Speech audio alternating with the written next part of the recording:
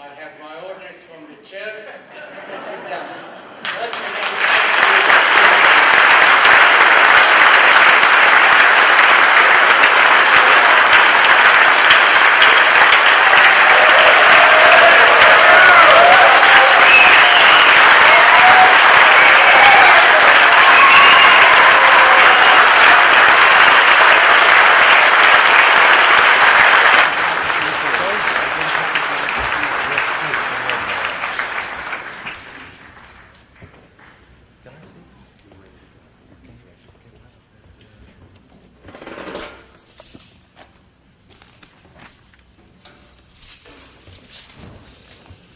Well, finally.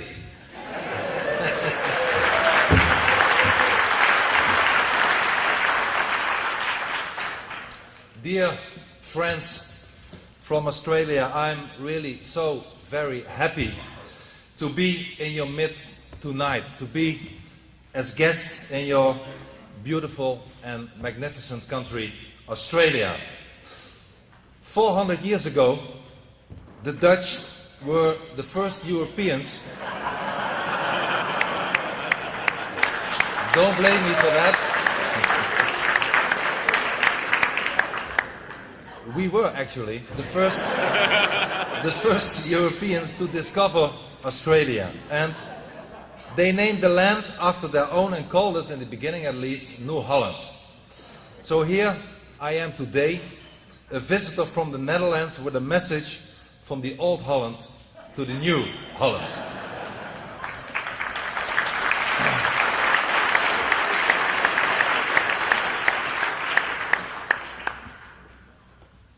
And I'm here to tell you how Islam is changing the Netherlands and Western Europe, unfortunately, beyond recognition.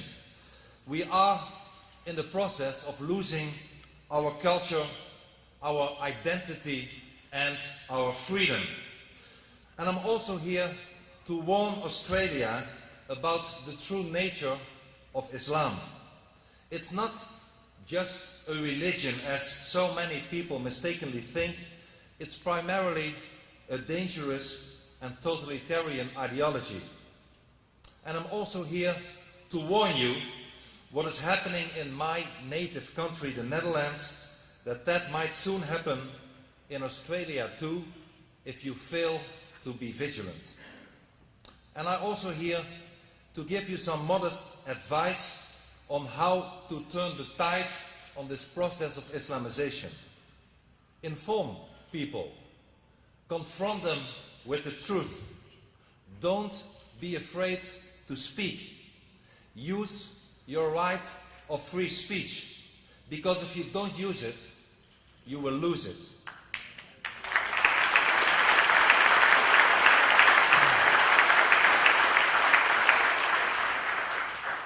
And last but not least, find and elect politicians who are not afraid and politically correct to speak the truth about Islam.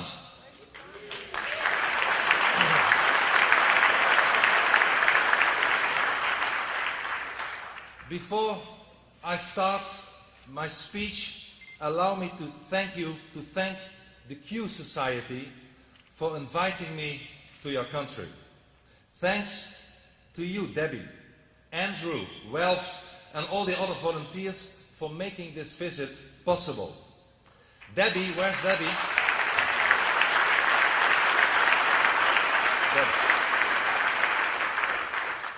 Debbie never booked so many conference rooms in her life, and she never had so many cancellations in her life either. Debbie, perhaps please stand up. You are my hero. A big thanks for Debbie.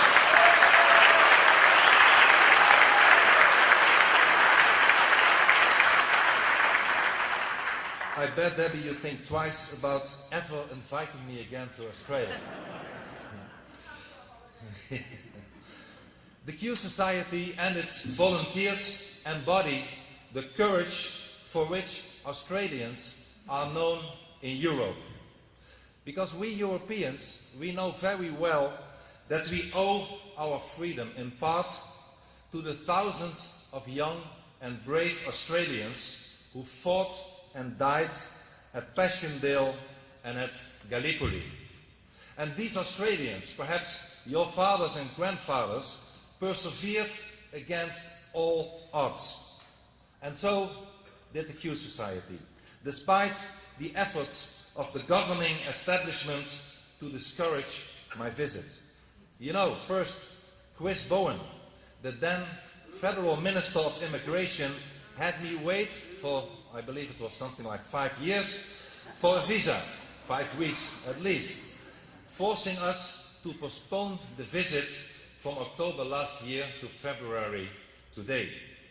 And then the minister implicitly warned people to stay away from the speeches by writing, I believe it was an article in the Australian, saying that I was an extremist, a fringe figure from the far right.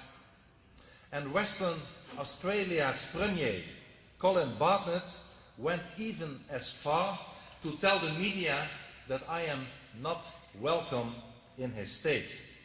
And I wonder, ladies and gentlemen, I wonder how many public figures in the world have already been told before that they are not welcome in Western Australia. I wanted to find that out, so I googled the words, "not welcome in Western Australia." And guess what? 2 items popped up. The first, my name, Geert Wilders, and the second, US nuclear base. So, sadly though, private enterprises followed the example by boycotting my visit, declining the booking of venues, turning down ads and refusing banking services. But again, the Q Society did not give up. So thank you a lot also here this evening to the owner of La Mirage here in Melbourne, where we are gathered today for making this evening possible.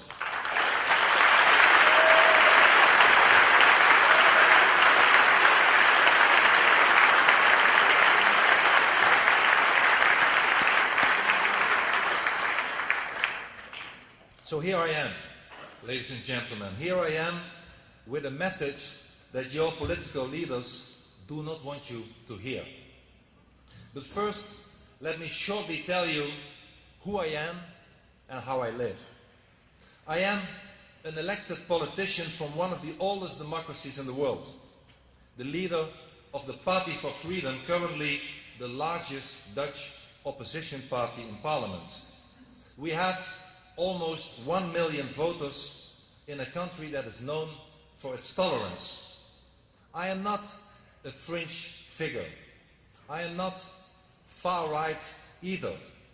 Political opponents, yes, they brought me to court accusing me of hate speech and of discrimination, but the court in Amsterdam, after an ordeal that lasted 2 years, acquitted me on all charges.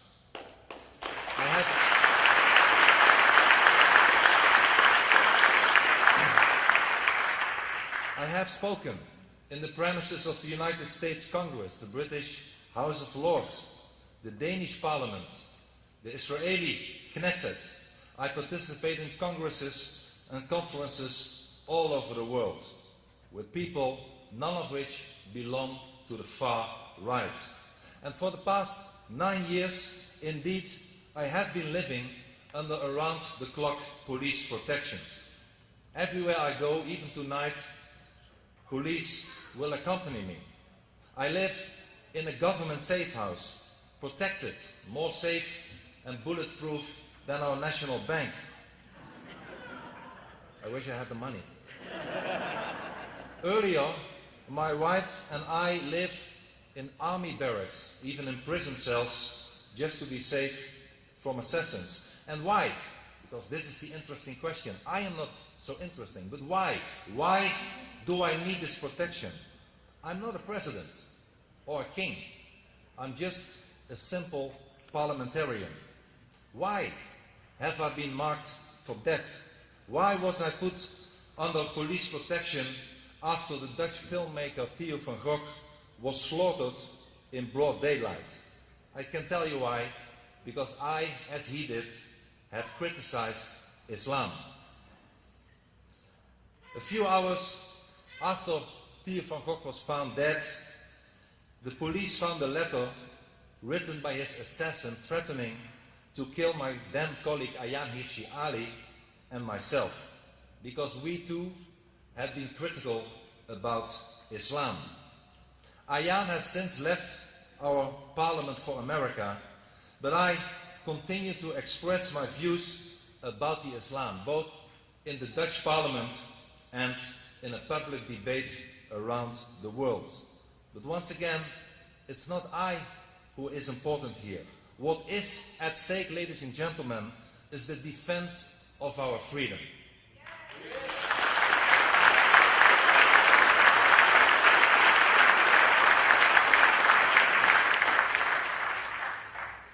Only 2 weeks ago, a good friend of mine, Lars Hedegaard, a journalist from Denmark, survived an assassination attempt in Denmark. A foreigner tried to shoot him through the head. Why? For the simple reason that Lars is critical of Islam. Europe, ladies and gentlemen, Europe has become a dangerous place for anybody criticizing Islam. So many people rooted in a culture entirely different from our own Judeo-Christian and humanist tradition have entered our continent, that now Europe's identity and its culture is in danger.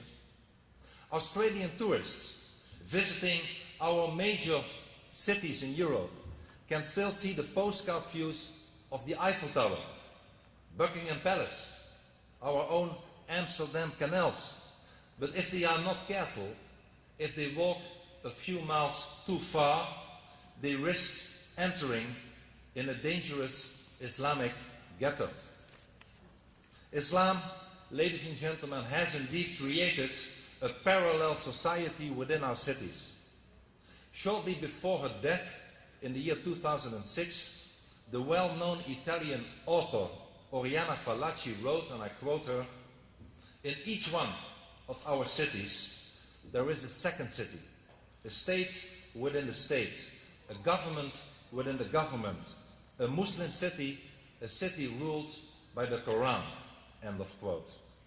And the Islamic presence is indeed changing the outlook and the character of Europe. In some urban neighborhoods, Islamic regulations are already being enforced. Women's rights are being trampled. We are confronted with headscarves, with burqas, with polygamy, with female genital mutilation, with honor killings.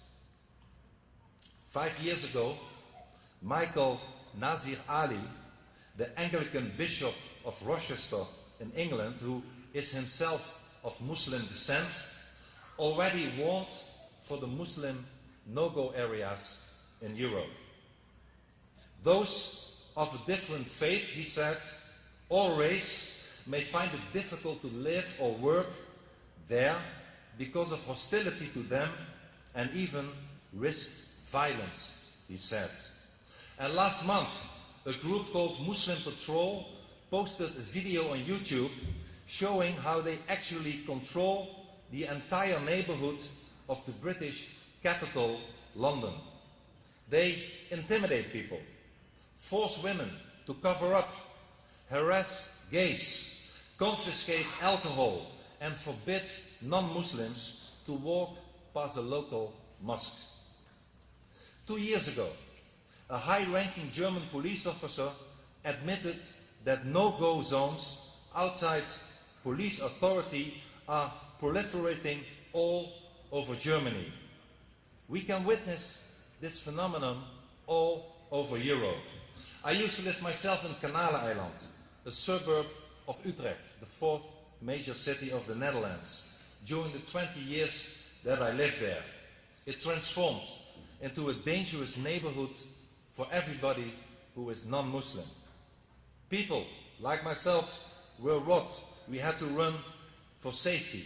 And the same transformation has happened in parts of Amsterdam, of Rotterdam, of other cities, in the Netherlands as well as in Belgium, in Germany, in Britain and France, in Italy, in Sweden, and almost every country in Europe.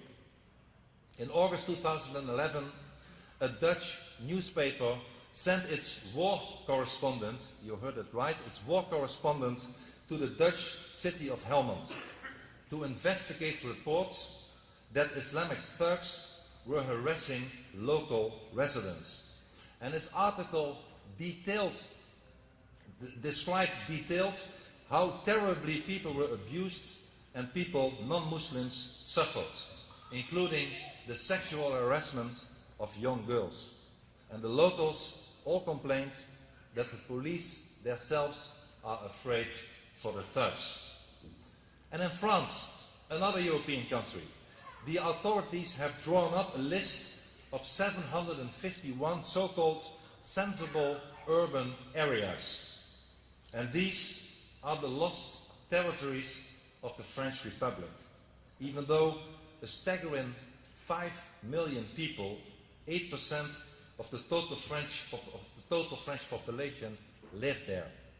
In Brussels, the capital of the European Union, 25% of the population is Muslim.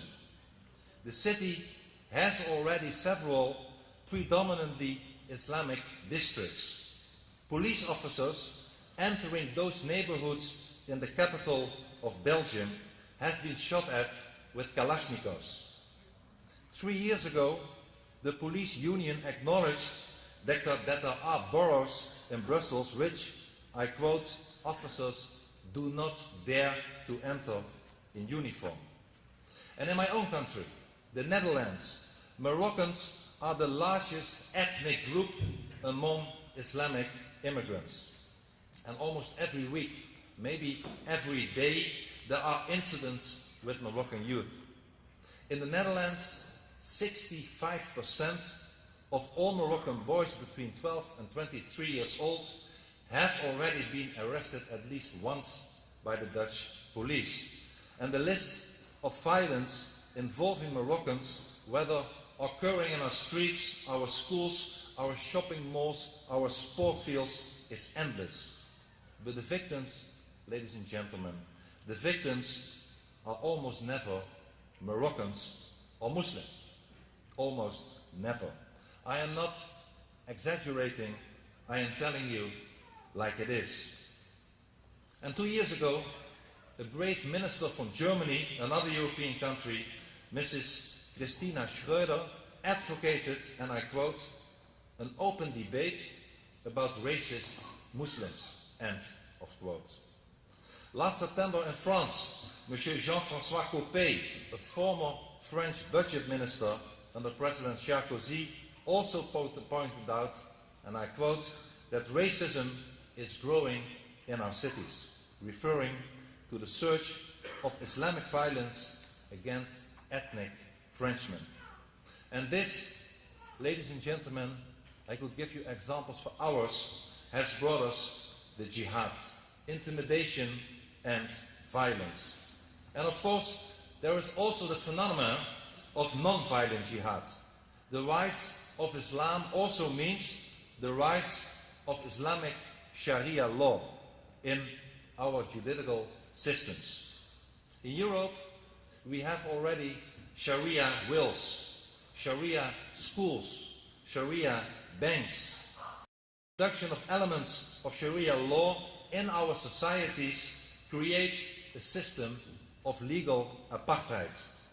And you know, Sharia law systematically discriminates between groups of people. And Britain, the United Kingdom, even today has official Sharia courts. And one of these courts settled the inheritance of a man whose estate had to be divided between his children, and it gave the sons twice as much as the daughter, in accordance to Quranic pronouncement that a woman is only worth half a man. A valid ruling of a valid court a Sharia court in the United Kingdom today, which of course is a disgrace. And Sharia law, ladies and gentlemen, also affects our fundamental freedoms, our freedom of speech. Sharia law forbids criticism of Islam. It's called blasphemy.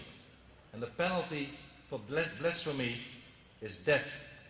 And this is why people like myself and Lars Hedegaard are in so much trouble. This is why 3 years ago a man with an axe tried to chop the cartoonist Kurt Westergaard to pieces. This is why we and Salman Rushdie and others are living in hiding.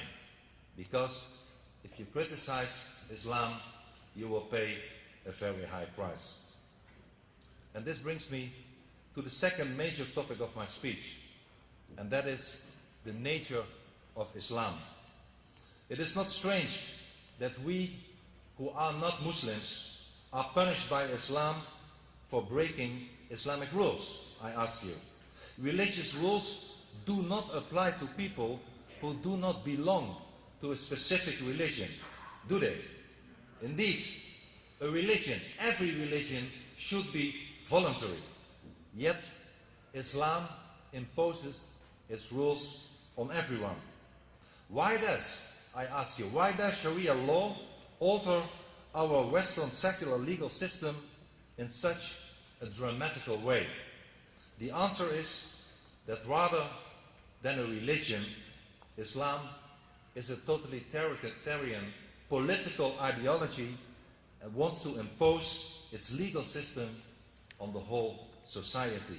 Islam, ladies and gentlemen, is an ideology because it is political rather than religious. Islam is an ideology because it aims for an Islamic state and it wants to impose Sharia law on all of us. Islam is totalitarian because it's not voluntary. It orders that people who leave Islam must be killed. And contrary to all the other religions, real religions, Islam also lays obligations on non-members, non-Muslims. And your fellow Australian, the theologian Mark Dury, has said, very wisely, and I quote Mark, Islam classically demands a political realization, and specifically one in which Islam rules over all other religions, ideologies, and competing political visions. Islam is not unique in having a political vision or speaking to politics, but it is unique in demanding that it alone must rule the political sphere. End of quote. Ladies and gentlemen, we can see what Islam has in store for us if we watch the fate of the Christians in the Islamic world, such as the Copts in Egypt, the Maronites in Lebanon, the Assyrians in Iraq, the Christians anywhere else in the Arab and Islamic world. The cause of their suffering is nothing else but Islam. And indeed, the only place in the Middle East where Christians are safe to be is Israel.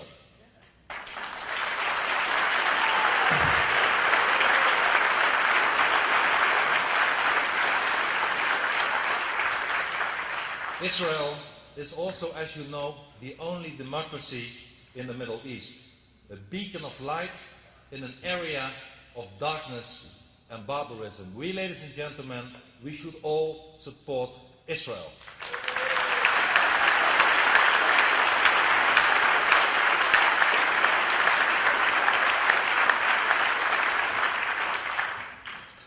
My friends, I always make a distinction between Muslims and Islam. Most Muslims are indeed moderate, but the ideology of Islam is dangerous. The moderates are the captives of a totalitarian regime, and if only they could liberate themselves from the Islamic culture of fatalism and apathy, the most beautiful things could happen to them and to the rest of the world. I have traveled to almost all of the Islamic world. I have visited countries like Iran, Iraq, Afghanistan, Syria, Tunisia, Indonesia. And I was honestly overwhelmed by the kindness and the friendliness of so many people living there. They are often good people, but they all are the captives of Islam. These people are in fact not free. They live under the yoke of Islamic Sharia law. And if they leave Islam, they would sign their own death verdict. 30 years ago, to give you an example, I traveled from Israel to Egypt. And this trip, I was still a teenager, made a huge impression on me. As you know, Israel and Egypt are neighbors. The same climate, the same natural riches, similar resources, the same potential. And yet, Egypt is poor and Israel is wealthy. And it proves that freedom is the key to prosperity. And Islam, unfortunately, deprives people of that.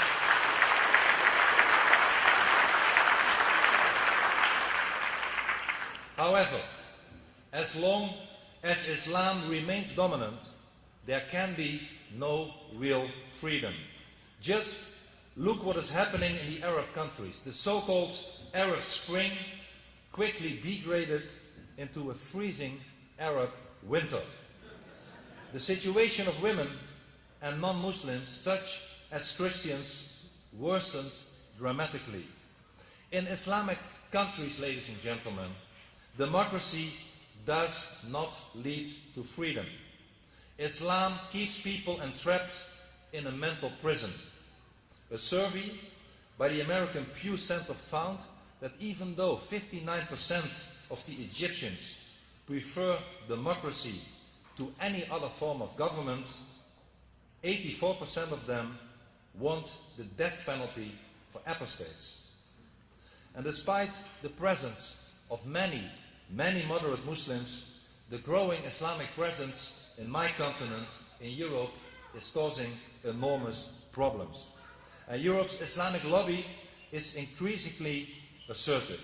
It has successfully pressured European politicians into implementing pro-Islamic policy, institutionalizing Sharia practices, adopting anti-Israel positions, restricting freedom of speech under the pretext that telling the truth about Islam is a hate speech crime.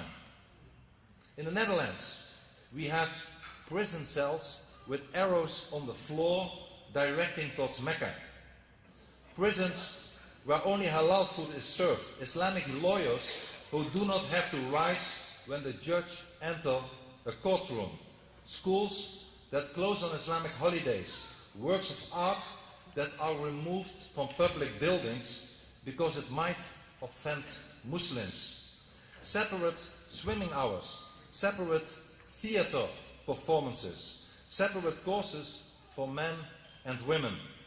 Nurses in home for the elderly who are exempt for treating men because Islam forbids it. And Islamic and pro-Islamic groups drag people simply to court because they exercise their legal freedom, right of freedom of speech. And this is called legal jihad. People like myself, like Lars Hedegaard that I mentioned before, but also others from Canada to Switzerland, have spent endless time, energy and money in trials for speaking the truth. And to understand the nature of Islam, one also has to understand the founder of Islam, Muhammad, the author of the Quran. It's often uncomfortable for people to speak about it, but we have to understand the life and the character of Muhammad, since Muhammad is an example for almost 1.5 billion people in the world.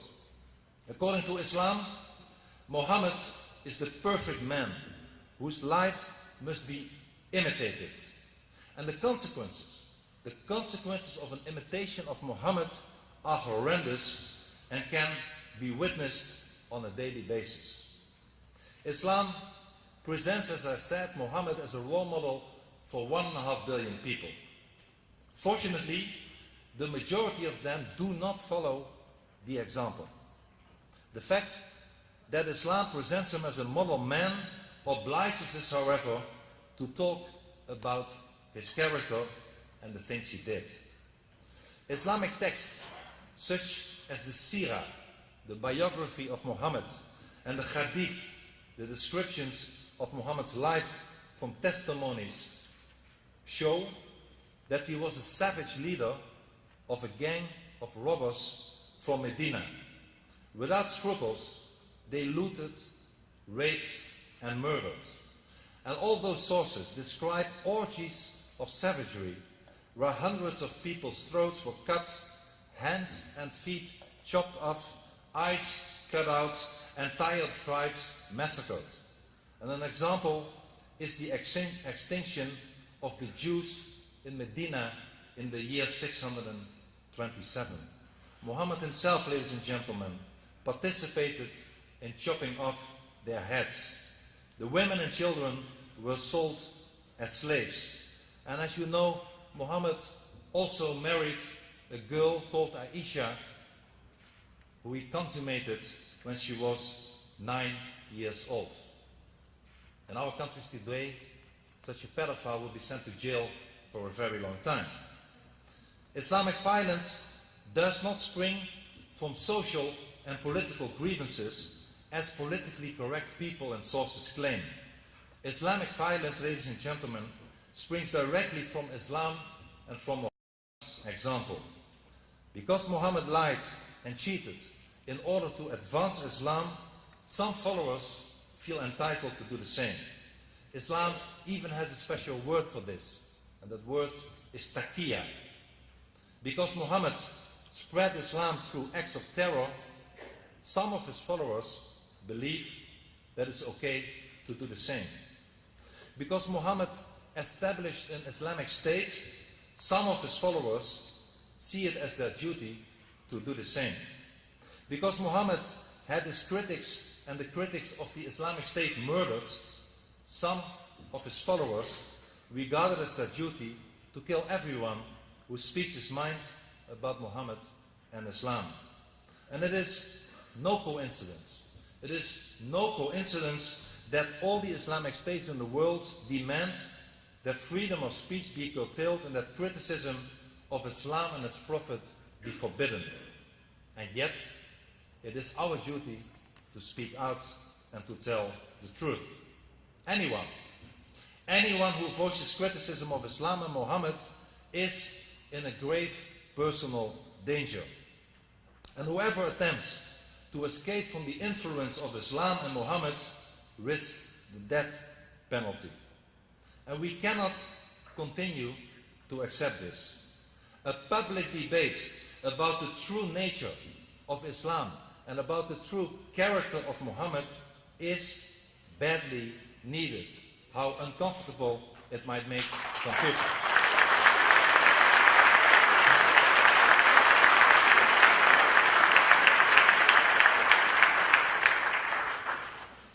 Understanding Islam and Muhammad also learns us important lessons about the present situation. And this is how I come to my third major topic that I want to address and talk to you about, and that is the lessons for Australia. It is important that you, Australians, realize that in our present day, Islam is spreading predominantly through the method of immigration from Islamic countries. Muhammad himself conquered Medina through the method of immigration, or hijrah, as it's called in Islam.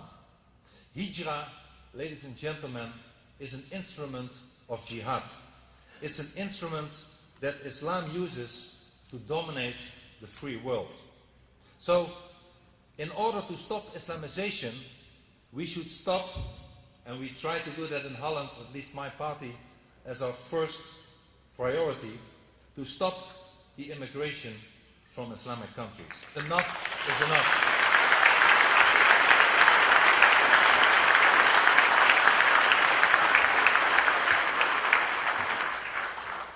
Enough is enough.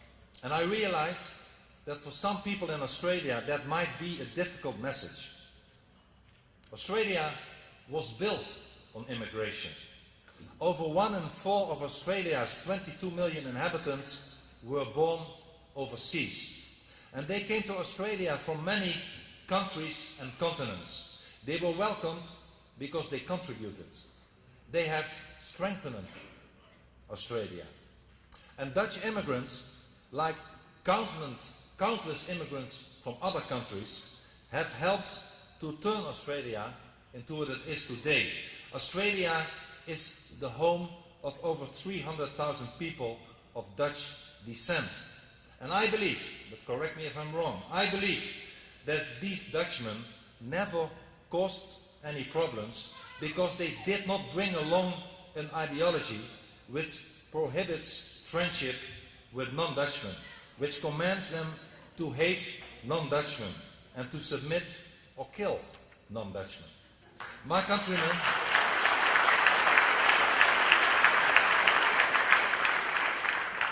countrymen did not come to impose their own culture upon the non-Dutch Australians. They assimilated into your society, and in doing so, they enriched it.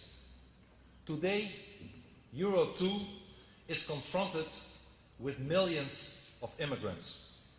Unfortunately though, many of those immigrants are not strengthening nor enriching our societies, because many of them refuse to assimilate and create a parallel society within our nations. And a very large number of these immigrants have moved to Europe from Islamic countries. Europe, as I said at the beginning of my speech, is in the middle of an Islamization process, driven by immigration from Northern Africa, from Turkey, from the Middle East, and other parts of the Islamic world, such as Somalia.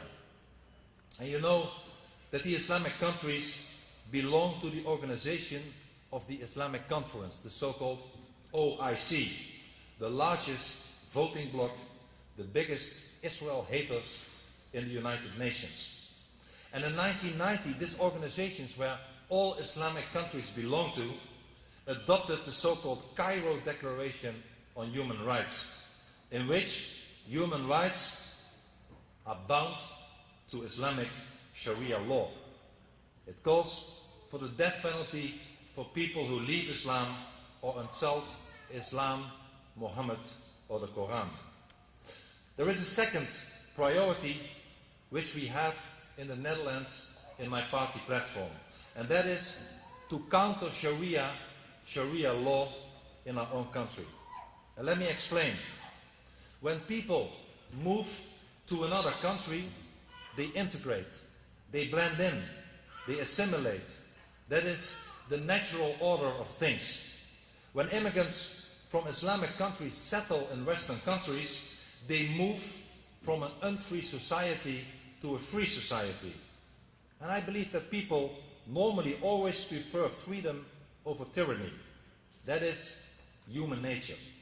In the normal order of things, immigration from Islamic countries would weaken Islam.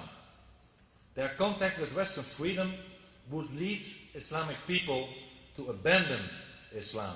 However, through the creation of a Sharia-based parallel society, we see it happening all over Europe. Be careful that it won't happen in your own country. Islam manages to continue its control over its captives. Islamic societies, including Islamic enclaves in the West, exert tight social control that is indicative of the totalitarian character of Islam. My friends, I am here to warn Australia. Learn from us. Learn from our mistakes. Learn from the European lessons. The more Islam you get in your society, the less civilized it becomes and the less free it will be.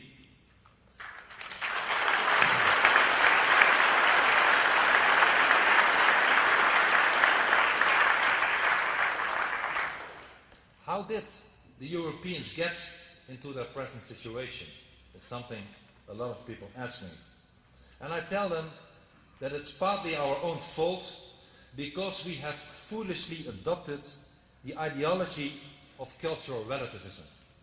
And cultural relativism is far worse than multiculturalism, because cultural relativism advocates that all cultures are equal. As a matter of fact, cultural relativism is the biggest political disease facing our countries today.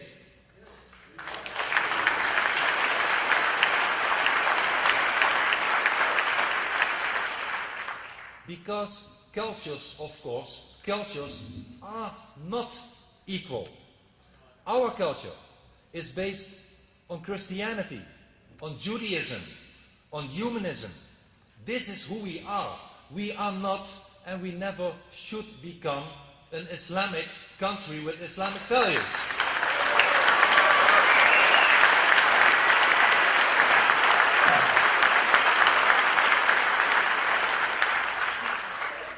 And I'm proud to say, and I really don't care if people don't like it, I am proud to say that our culture, that is based on the values of Judaism, on Christianity and humanism, is far better than the Islamic culture, and I'm proud of it.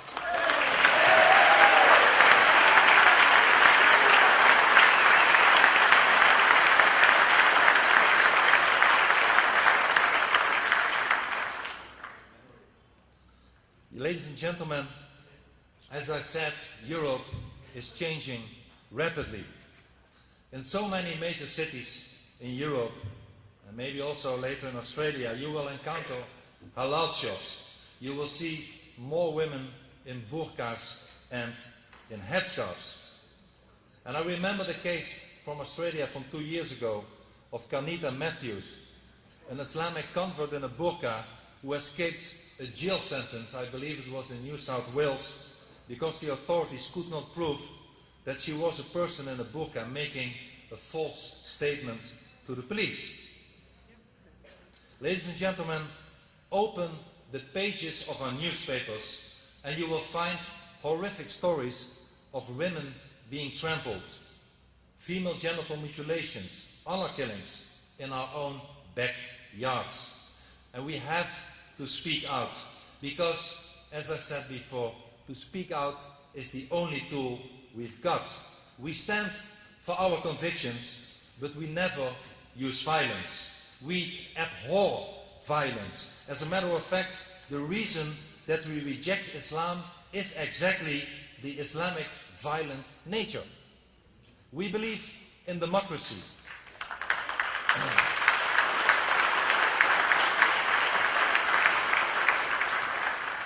We cherish the tradition of people like Solzhenitsyn, of Lech Walesa, like people like Ronald Reagan, all people, all heroes that defeated a totalitarian ideology by the power of their conviction and by using no other means than their words.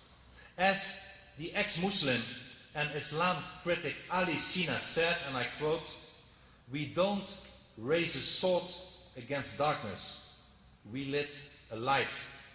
And so it is.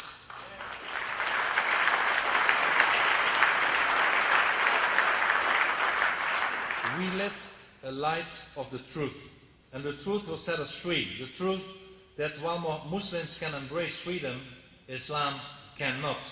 Let no one tell you that Islam respects freedom. Freedom and Islam are incompatible.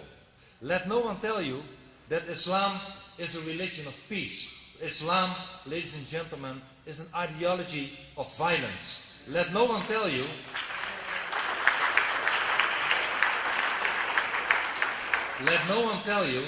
that you should tolerate the intolerant. As a matter of fact, we should stop being tolerant to the intolerant. We should start becoming intolerant to the people who are intolerant to us.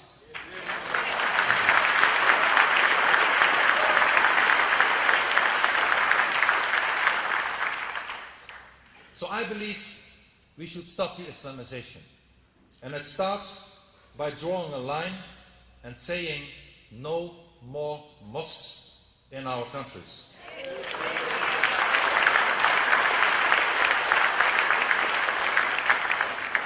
Besides forbidding the building of new mosques, I also say enough is enough, no more immigration from Islamic countries.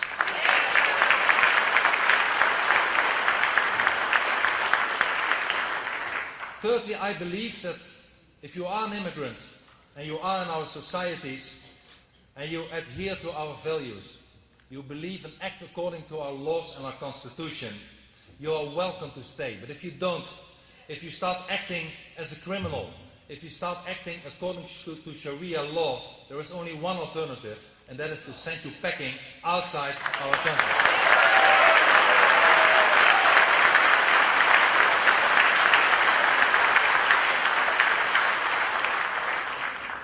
We should stop this political correct appeasement towards everything that has to do with Islam and multiculturalists.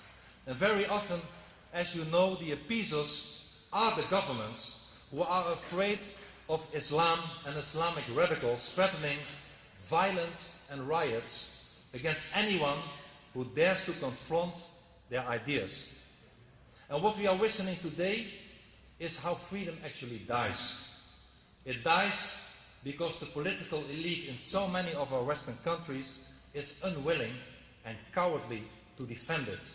And we must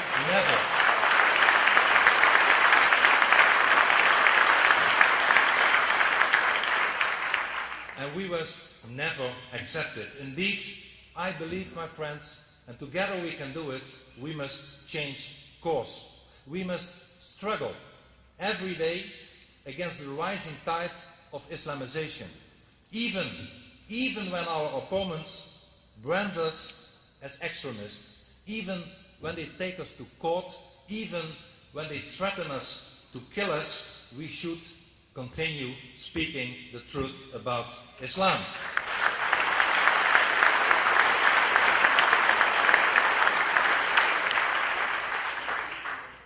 If we do not oppose Islam, we will lose everything that is dear to us. Our freedom, our identity, our democracy, our rule of law, and all our liberties. So we must end this disease of cultural relativism and proclaim who we are. And in order to know who you are, you first need to know what you are not. And I cannot say it enough, we are not and never will live in a country that is based on Islamic values.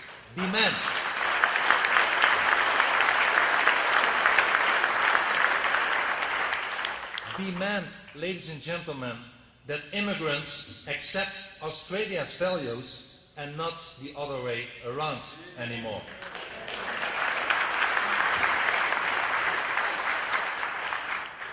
We must support people that are persecuted by Islam, whether they are the Christians in the Islamic world or so many others.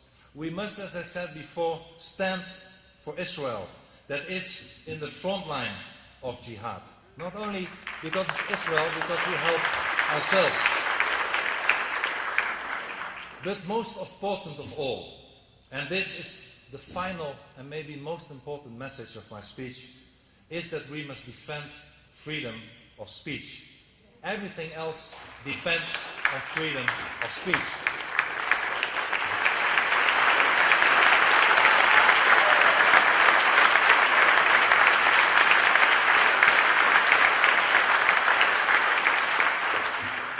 We cannot correct our mistakes, of the mistakes of our government, if we are not allowed to talk about them.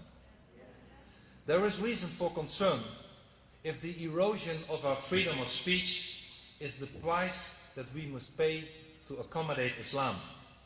There is something badly wrong if those who deny that Islam is a problem do not grant us the right to talk about the issue. Public discussions should not be stifled by threats. On the contrary, public discussions should be promoted, and everyone should be allowed to freely express their opinions. And that is why I believe that Europe, Canada, maybe also Australia are in a desperate need of an equivalent of America's First Amendment, which guarantees us a maximum freedom of speech.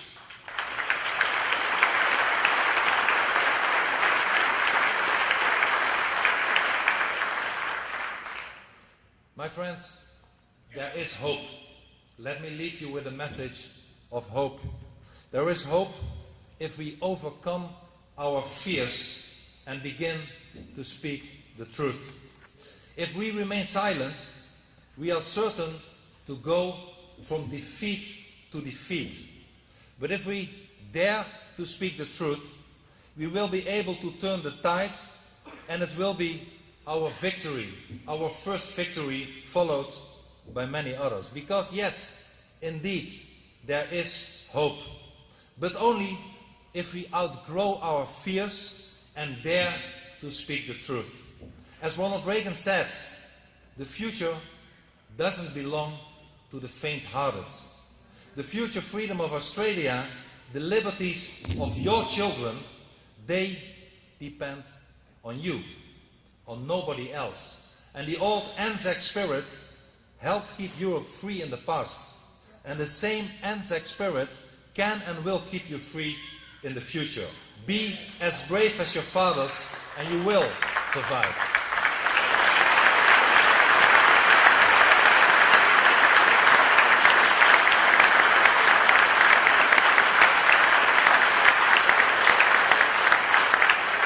And there is hope, because we are not alone. We still speak. Don't let anybody fool you differently. We speak for the majority of the people in our societies. While the elite has fallen massively for this disease that is called cultural relativism, the people have not. In my own country, the Netherlands, 56% of the population, the Dutch population, see Islam as the biggest threat to our national identity. In Britain, a survey last month showed that the public regard immigration as the biggest issue facing British sovereignty. In Germany, 64% hold that Islam is violent and 70% believe Islam is fanatical. In France, 74% are convinced that Islam is intolerant and incompatible with the French society. And these people, ladies and gentlemen, all those peoples, all those majorities of European countries are not wrong-headed. They are not extremists. They are not bigots. They stand for decency. They stand for common sense. They stand for liberty. And we must speak on their behalf.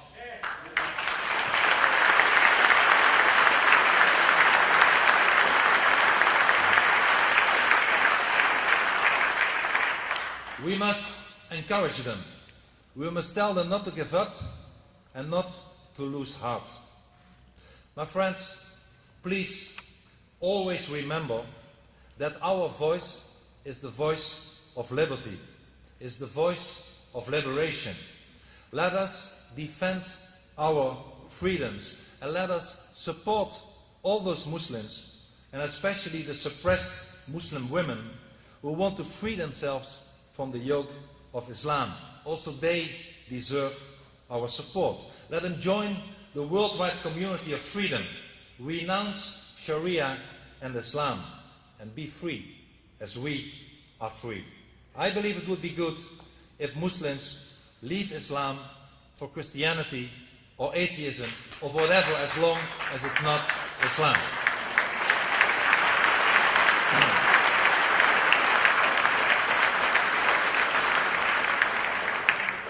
My friends, even though we live thousands of miles apart, we, Australians and Europeans, belong to a common civilization. We share the ideas and ideals of our common Judeo-Christian and humanist heritage. We must help each other in the struggle for this heritage, because Islam is a threat to Europe as well to Australia.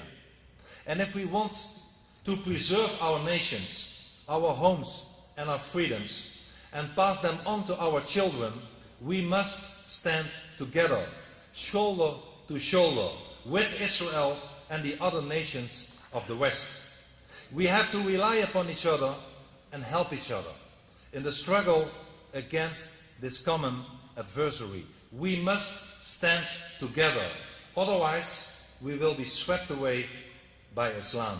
And I believe, my friends, that we will stand together, that we will stand firm, that we will not submit, and that we will survive. And why is it that we will survive? Because we stand for the truth, and the truth will always prevail. Thank you very much. Thank you.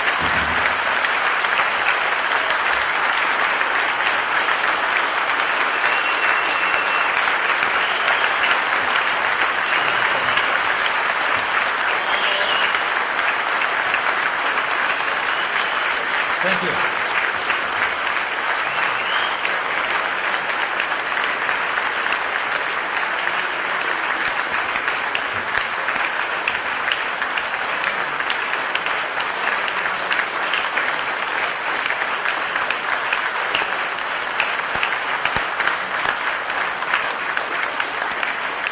Ladies and gentlemen, on behalf of everyone here, I would like to pass on our combined sincere thanks to Mr. Wilders for a fantastic hour's presentation.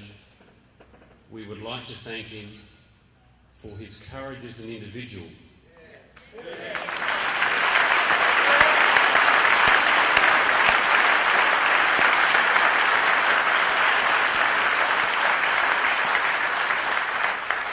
He's a beacon of hope in the free world, and we all need to listen to what he has to say.